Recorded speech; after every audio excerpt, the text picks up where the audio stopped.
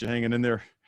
We wrapped up our Wednesday practice, really competitive practice, high energy practice. Great job by the look teams, the scout team certainly brought a lot of juice and energy in a really competitive 2-minute drill. For you guys that I'm sure you guys want to know, guys that we expect back for this game. Obviously, we expect Popo to be back for this game. Still evaluating Cam McCormick and Hunter Campmoyer. Not available, Micah Pittman, Steve Stevens, Dawood Davis, Justin Flo, and questionable Spencer Webb and Patrick Herbert. So, as you know, we don't elaborate on injury report and health status, and we like to give that to you guys. I like to give it to you myself. That's our processes, that's our policies, and we'll learn and grow and make sure that you guys get that stuff directly from me as opposed to other sources on social media. With that being said, questions, please. Eric Scopel, 247 Sports. Having some more tight ends this week, how does that kind of help you guys? And I guess just how exciting is it to have Cam back? He's been out for a really long time. Yeah, we're hoping we could get these guys there. You know, we're out there at practice today and certainly made some progress, but don't want to jump to a conclusion without it being firmly set. But it's great to have those bodies back out there, them as team leaders, as teammates, as human beings, members of this organization. It's great to see a couple guys back and out there running around, having a good time, executing some really good football. So really happy to see him. Ryan Thorbird, register guard. Mario, what kind of luxury is it to have a player like Travis Dye who, you know, comes off the bench and, you know, so to speak, pinch hits with a lot of home runs when he touches the ball? Travis has been a great teammate. He's been a great player. We talk about his energy all the time. That's legit. I wish you could see him in practice, the way he brings all he has every single time and really energizes the group, the whole team, not only the offensive guys, but the defensive guys and special teams. So, and his competitive character really adds a lot to practice. So it's awesome. It's a blessing to have him here. Matt Preem, 247 Sports. Devin and his performance against Washington State now with Pittman out again this week. What do you just see from him and his growth from when he showed up till, you know, through this season till now? What we've seen the last 2 weeks from Devin is he's really practicing hard. He's handling every part of his process is a lot better, and he knows. You know, we have you know, we do things a certain way, and you know, we have really held him to a high standard. And I can honestly say these past 2 weeks, he's really attacked these processes and has had 2 great weeks of practice. And it showed up in last week's game in the way that he played and had 2 great practices today as well. So really proud of him and really looking forward to seeing him continue to grow, mature, and develop. A.J. Jacobson, Rivals. Coach, holding on to the ball and tackling were points of emphasis for this week. How do you feel about those 2 items heading into the game on Saturday? They have to improve. As you know, those things are really they can destroy your game and destroy your season if you don't fix it. So has it been a point of emphasis? Absolutely. Does it have to show up? Undoubtedly it has to show up in every rep in practice, in our mentality as we approach the game, and certainly on game day. Our players understand how important that is. We have been hammering that. We have been driving that home, and we expect to get better results. James Crapia, the Oregonian.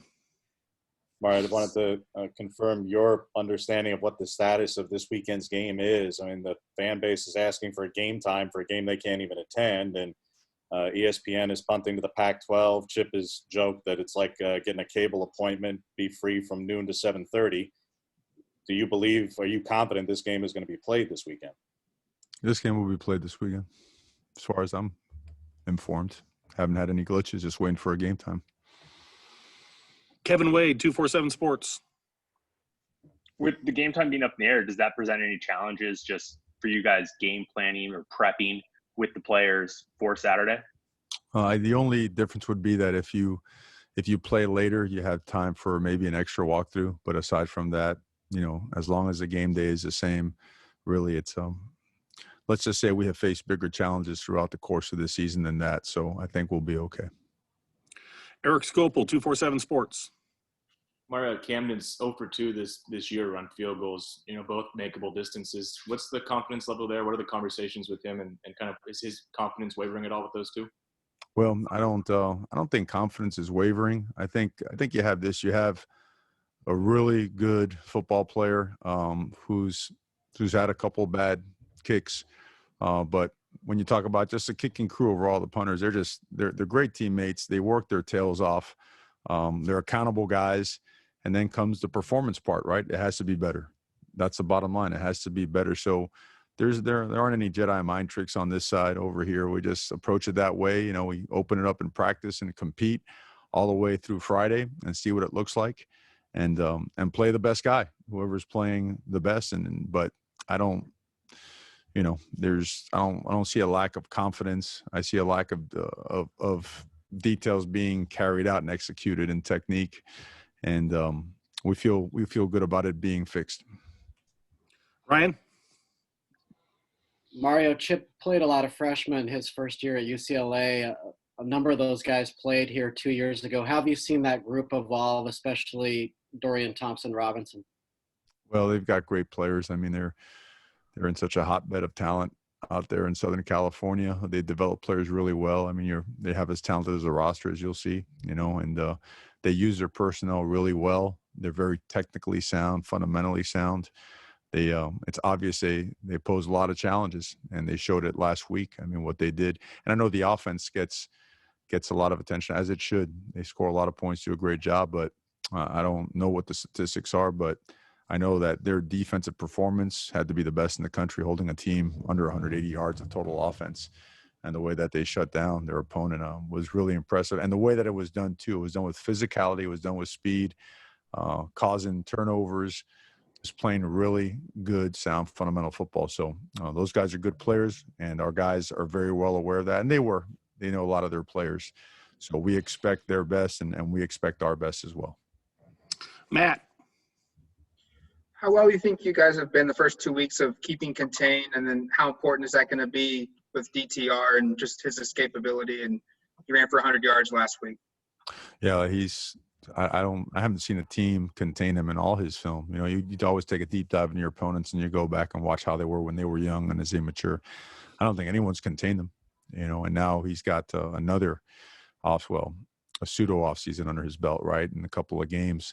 So no, discipline and running to the football and eye discipline with a player like that is critical to the success of the defensive performance. So a lot of tape watching, a lot of emphasis on those little details.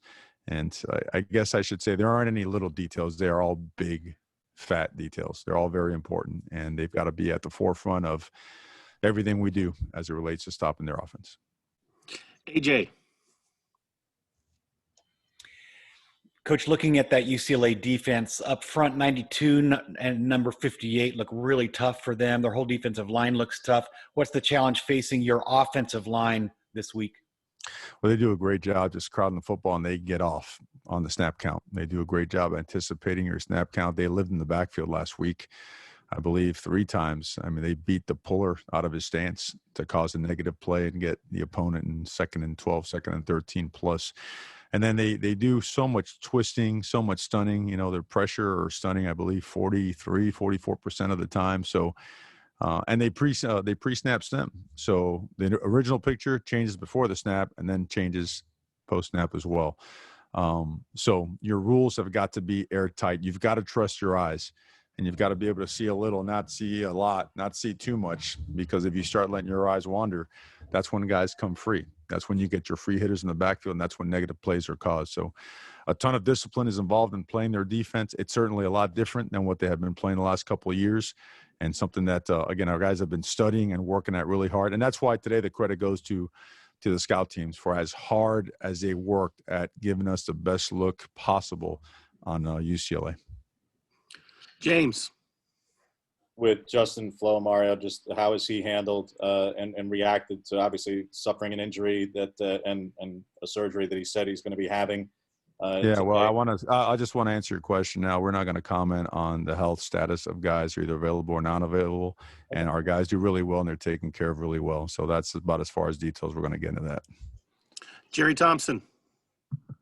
Coach, how important is it to get Anthony Brown some playing time and when the game is still on the line a little bit, not just mop-up time or an injury to the quarterback? Are there plans, without giving it away, of how to get him some experience? Things are now. He's a really good football player and he's practicing really well. And we're certainly trying to find ways and opportunities to get him in the game. Eric. I mean, I've had a lot of opportunities in terms of punt returns. Travis has been back there, I think, every time. You can correct me if I'm wrong on that. Is that his job, or is that still kind of an open competition? You know, he is the first team guy for a couple of reasons, and they're all positive reasons. He's a good decision maker. He secures the ball really well. He's made people miss in practice. We go thud, and we've gone a couple reps live throughout camp and whatnot. But him, obviously, Mike has been an excellent punt returner as well, and so has Chris Hudson. There's a couple other guys that have gotten back there and done a good job also, but for sure, Travis Dye is the guy right now, and he's shown his ability and a lot of other things he's done for us. Hopefully, he'll have the opportunity to do that, in his punt return game as well. Time for two more. James. All right, the Pac-12 AD has apparently approved the possibility of non-conference play just for additional flexibility if things arise. People have obviously, fans have mainly clamored for the idea of somebody playing at BYU or Cincinnati or something. None of these things are possibilities that you were exploring even before today. But if something were to happen at some future point and a non-conference game was available, would you be open to playing a non-conference game if that was a possibility at some point? Well, absolutely. I think everyone has to keep an open mind. We have a truncated season as it is. If the opportunity presents itself to play football in a safe manner, right? Protocols have to match up conference versus an out-of-conference opponent. I think the players deserve that. They've worked extremely hard, and knock on wood, we haven't had an issue where we've had any games or reason to have to postpone or cancel any games.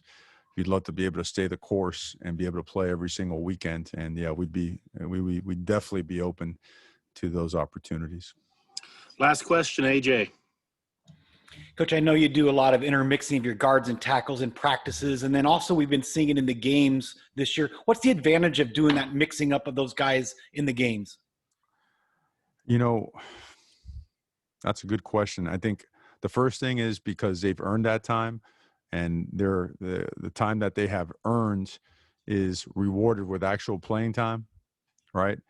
That generates a lot of, it galvanizes that offensive line even more. It also validates everything that we do in terms of work, earn, compete, and, things work out. So that's one. Number two, I know that some of their specs are different in terms of style of play and technique, very similar across the board. So I don't know if there's like a changeup of any sort in terms of what an opponent is seeing, what we do up front. But I just think it goes down to, you just have the guys that earn playing time. You have to play. And it's important for the players to know that game day is not tryout day. It's not experiment day. It's not, let's see if you can do it. No. It's a day where the guys that have really busted their tails and have shown and proved in practice consistently, repetitively, that they could perform and execute our systems at the highest level, they're the ones that are going to play. So, I got off on a tangent there, but that's kind of leads to the decisions for playing those guys. Thank you, Coach. We appreciate your time. Okay. Thank you, guys. You guys have a blessed day. You too. Have a good day, Coach.